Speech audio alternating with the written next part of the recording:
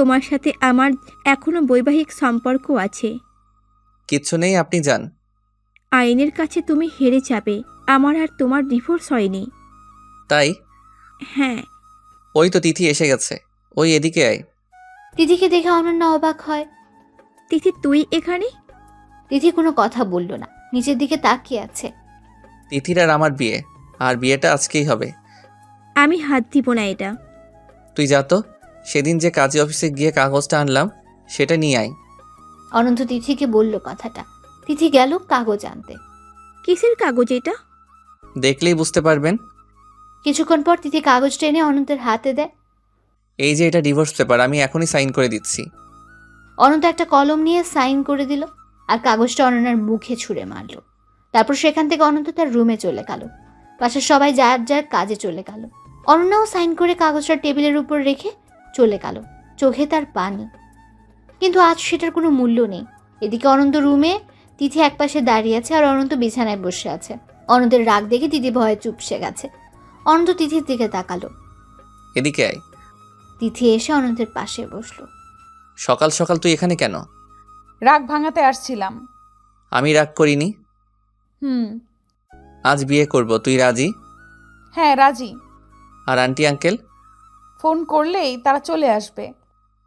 তোর গলার আওয়াজ এত কম কেন আজকে? ভয় পেয়েছি। কাকে? তোমাকে। কি, আমাকে ভয় পাবার কি আছে? আমি তো উল্টো তোমাকে ভয় পাই। না, তোমার আমার উপর অনেক রাগ। আর তোমার উপর তো রাগ নেই আমার।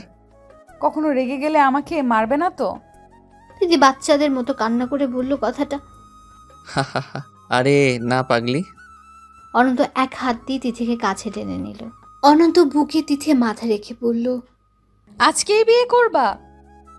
আজকেই করব। আমার না ভয় করছে। কেন? যদি তুমি আমাকে ছেড়ে চলে যাও? কই যাব আমি? ও যদি তোমাকে নিয়ে যায়? কে নিয়ে যাবে? অনন্যা। দূর পাগলি, ওকে তো বিদায় দিলাম। আর হ্যাঁ, টেনশন করো না তো, বাবা আর মাকে ফোন করে আসতে বলো। বলছি। আর হ্যাঁ, চলো শপিং করতে যাই। ওনারা আসার আগেই শপিং করে বাসায় ফিরবো। না, শপিং করতে হবে না। কেন? বিয়ের শপিং আগেই করে রেখেছি। বাব্বা, ভালোই করছো। আমারটাও তো করতে হবে। তোমারও করা লাগবে না, আমি তোমারটাও করেছি। আর আমার দেওয়া জিনিস পরেই বিয়ে হবে। আচ্ছা, ঠিক আছে। তারপর দুজন চুপচাপ বসে আছে। অনন্ত মন খারাপ, কি যেন ভাবছে। তিথি সেটা বুঝতে পারল। এই, তোমার মন খারাপ নাকি? কই না তো। তোমার মন খারাপ থাকলে কিন্তু আমি কান্না করব। ওরে পাগলি, আমার মন খারাপ না, এমনি চুপ করেছিলাম। অনন্ত তিথিকে একটু জড়িয়ে ধরে, আর তিথি সেই সুযোগ পেয়ে অনেক জোরে জড়িয়ে ধরল। তিথি অনন্তকে বোঝায় তাকে পাওয়ার জন্য সে কতটা আগ্রহী আর কতটা ভালোবাসে সে। সেদিন বিকেলে তিথির বাবা মা আসে, সাথে অনন্যা আর তার বাবা মাও আসে। অনন্যা কি জন্য আসছে সেটা অনন্ত বুঝতে পারছে না। সন্ধ্যার পরপর বিয়ে হয়ে গেল। বিয়ে শেষ হওয়ার পর অনন্যা বলল, আমার কিছু কথা আছে। সবাই কিছু মনে না করলে আমি কি কিছু বলতে পারি? সবাই সম্মতি দিল। আমি যা করছি তার জন্যই আমি সবার কাছে ক্ষমা চাইছি। আসলে আমি না বুঝেই। চুপ, বের হয় এখান থেকে। অনন্যার চোখ দিয়ে পানি পড়ছে। আমি তোমাকে আগেই বলেছিলাম এই সময় ওকে নিয়ে আসবো না, শুধু তোমার কথা মতো নিয়ে আসলাম। অনন্যার বাবা অনন্যার মাকে বলল কথাটা। আচ্ছা, সরি। আমি আপনাদের সবার থেকে বিদায় নিচ্ছি। ভুল যখন করেছি শাস্তি তো পেতেই হবে। ভালো থাকেন সবাই। আমি আমার পৃথিবীটা আলাদা করে নিয়ে চলে যাচ্ছি। অনন্যা বাইরে বেরিয়ে হাঁটতে লাগলো। একসময় অন্ধকারে মিলিয়ে গেল। অনন্যার মা অনন্যাকে আটকানোর জন্য যাবে, তখনই অনন্যার বাবা মানা করে আর বলল, ওকে আটকালে তোমার ভালো হবে না। কথাটা শুনে অনন্যার মা দাঁড়িয়ে গেল।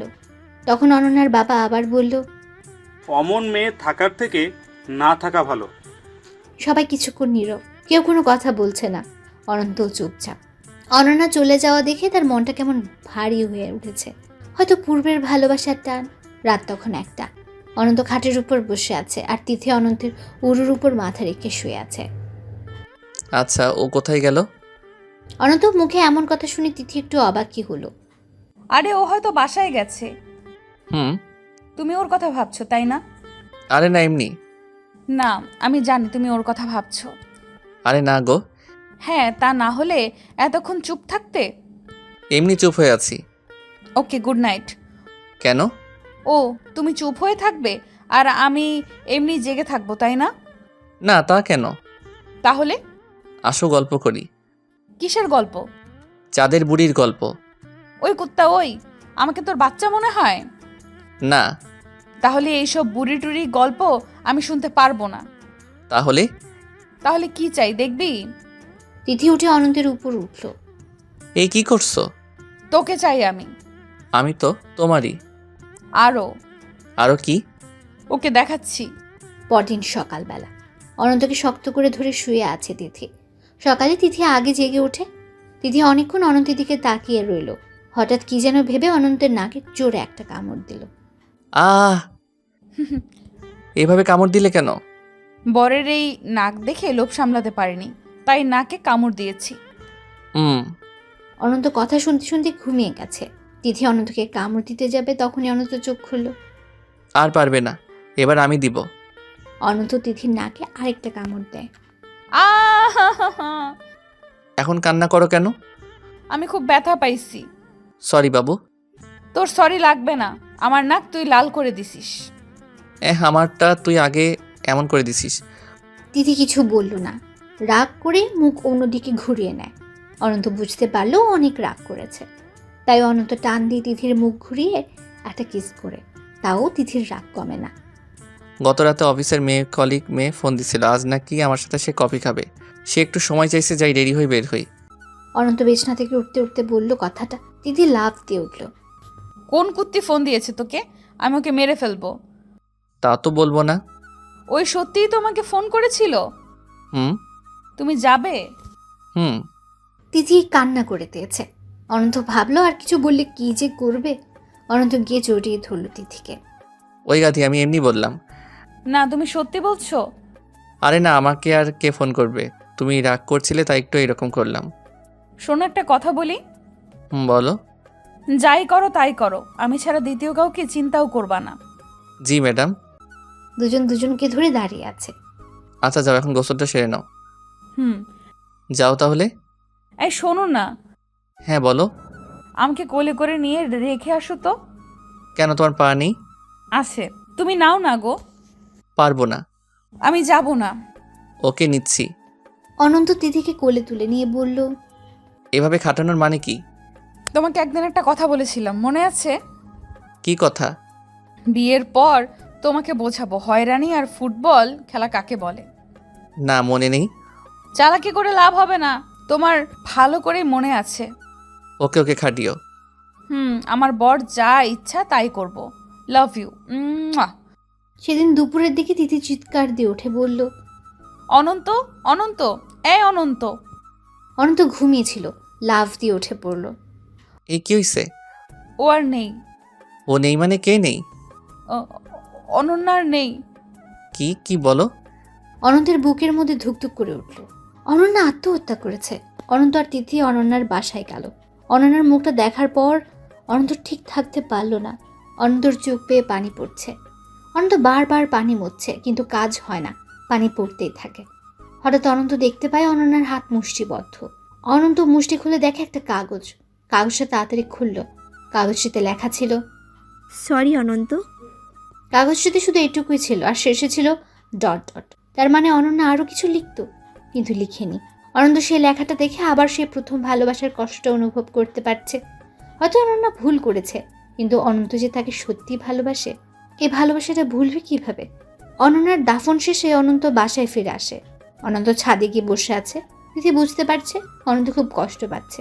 তিথি অনন্তের কাছে যায়, অনন্তের পাশে এসে বসলো, আর কিছুক্ষণ চুপ থাকার পর বলল, তোমার তো ওটা প্রথম ভালোবাসা ছিল আর বউ, আর আমার যে ওটা কি ছিল তোমাকে বোঝাতে পারবো না। আমার খুব কষ্ট হচ্ছে, তাও আমি কিছু বলছি না।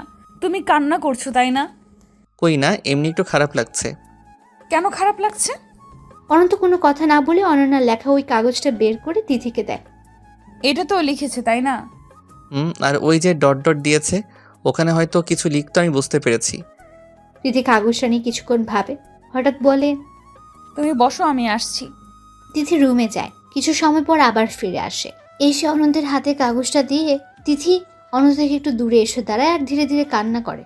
অনন্ত কাগজটা খুলে দেখে ওই ডট ডট জায়গায় লেখা আই লাভ ইউ। লেখাটা দেখে অনন্ত চমকে যায়।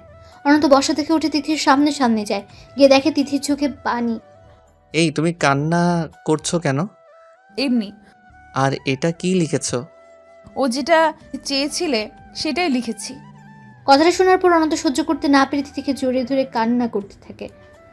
এই পাগল, এটা কি হলো আবার? অনন্ত কান্না করেই যাচ্ছে। এই পাগল, তুমি কান্না করছো কেন? এত ভালোবাসো আর আমাকে খুব বুঝতে পারো তাই? আমি না বুঝলে কে বুঝবে? হুম। গাধা একটা। অনন্ত তিথির মুখখানা সামনে নিয়ে আসে, অনেকক্ষণ তাকিয়ে রইল। তিথি বলল, কি দেখো? একটা ভালোবাসার সমুদ্র দেখছি। আমি কি অত ভালোবাসতে জানি না নাকি? জানোই তো। আচ্ছা, একটা কথা বলি। বলো। আমার হাতটা ধরো। ধরলাম। প্রমিস করো কখনো ছেড়ে যাবে না। না, যাব না। আর একটা প্রমিস করো। আবার কি? চলো আজকে সিগারেট খাবো। কেন খাবি? আরে দোস্ত, তুই জানিস না দুঃখ ভোলার জন্য সিগারেট খেতে হয়। আরে না, কি যাতা বলিস। সত্যি বলছি রে গাধা। আমি খাবো না। তো কি খাবি? তোর ঠোঁট দুইটা তো আছে, সব ভুলিয়ে দিবে ওইটা। তিথি এবার অনন্তকে হ্যাচকা ডান দিয়ে কাছে এনে বলল, আমার পাগল বর একটা।